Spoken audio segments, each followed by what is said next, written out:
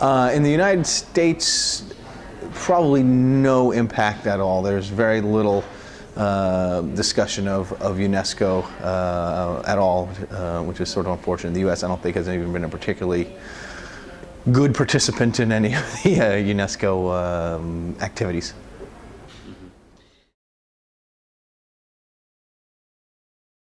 I think the audiovisual sector is a key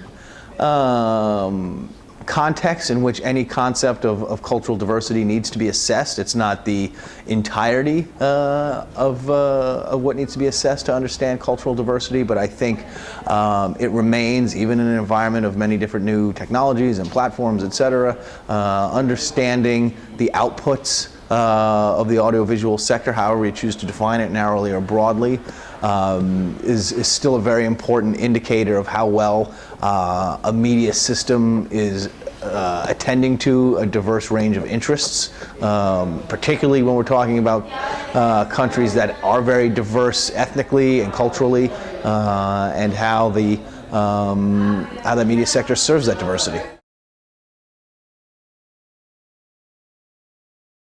I think there's a lot of factors that could certainly come into play there.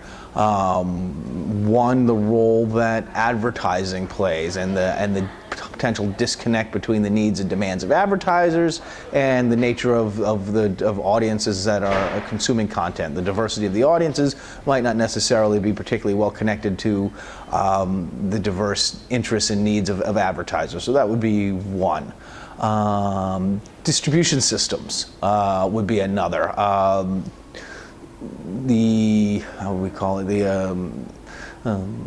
How open various distribution systems are, to what extent do bottlenecks remain, to what extent are the gatekeepers of any existing technological bottlenecks empowered or not empowered through regulation, for example, to discriminate in terms of what content flows through their bottlenecks. I think that would be an important factor. And then you really can't disregard sort of the diversity of interests of the audience. Sometimes I think it's possible that we give audiences too much credit in terms of the extent to which we expect their interests to facilitate the diverse array of cultural products. I think there is a certain amount of homogeneity in audience interests in many different cultures, and I think the U.S. is a good example of that. When we see these long-tail distributions of audience attention, sometimes it could also be a function of interest and homogeneity of interests as much as anything else. So I think that's a factor as well.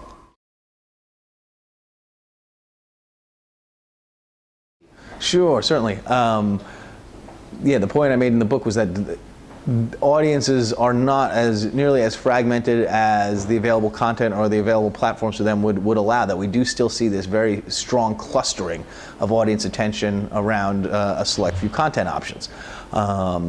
That could be a function of technology. It could be a function of essentially how complicated it can be to navigate an increasingly complex media environment of intense choice. It could also be a function of the way some of our search and recommendation tools operate, that oftentimes popularity is a key input into the algorithms that guide us as we do our searching. So it could be sort of almost, popularity becomes almost a snowball effect in that regard. And it could be, again, a function of things like production budgets and the extent to which audiences do still gravitate to high budget content versus other types of content.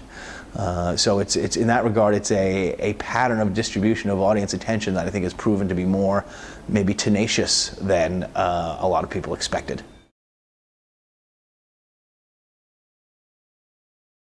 I'll say at this point in my life, in my research life, I've gotten frustrated with that process, and I've sort of disengaged from it for a while because I found it so challenging from a number of standpoints. One, producing measures that people agree on, policymakers in particular, policy advocates as well, as being appropriate, as being comprehensive. It's very hard to please everybody, and then also you run into some challenges in terms of obtaining the kind of data you'd love to be able to obtain to capture the things you'd like to capture.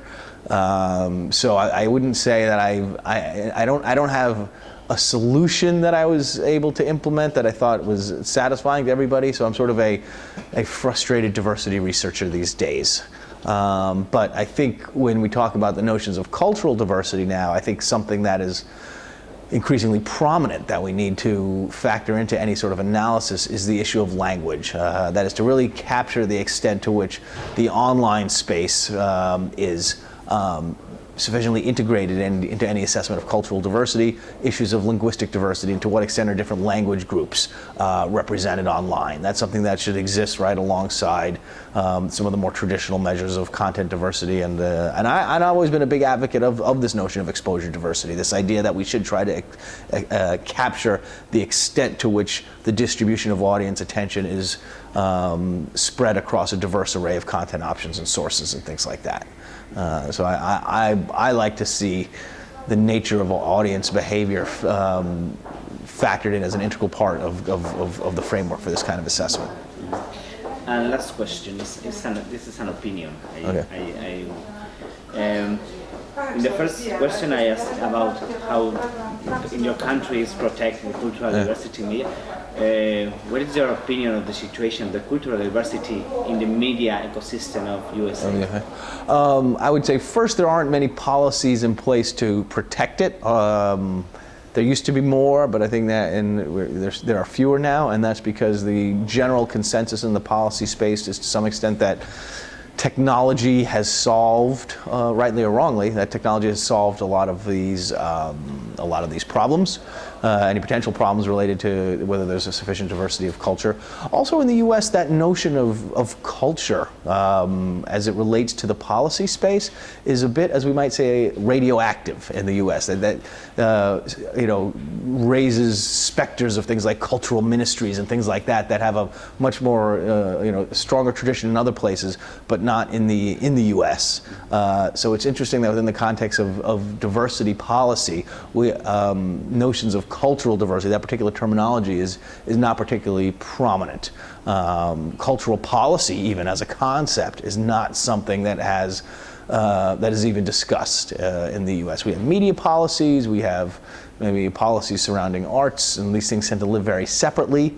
But we don't have an integrated cultural policy institution of any kind, which is sort of interesting, I think. The idea of protect the culture, as for example, as Canada or France here, yes, it's totally different. Yeah, and it seems to be it's often something that is developed in response to the export of American cultural products. So since we're doing a lot more of the exporting and a lot less of the importing, there hasn't been much of a tradition of concern about protecting our cultural industries or protecting the diversity of cultural expression, because we certainly are probably more on the end of threatening other nations' cultural diversity than in fact experiencing many threats to our own, given the history and of the prominent position we've played in the export of cultural products.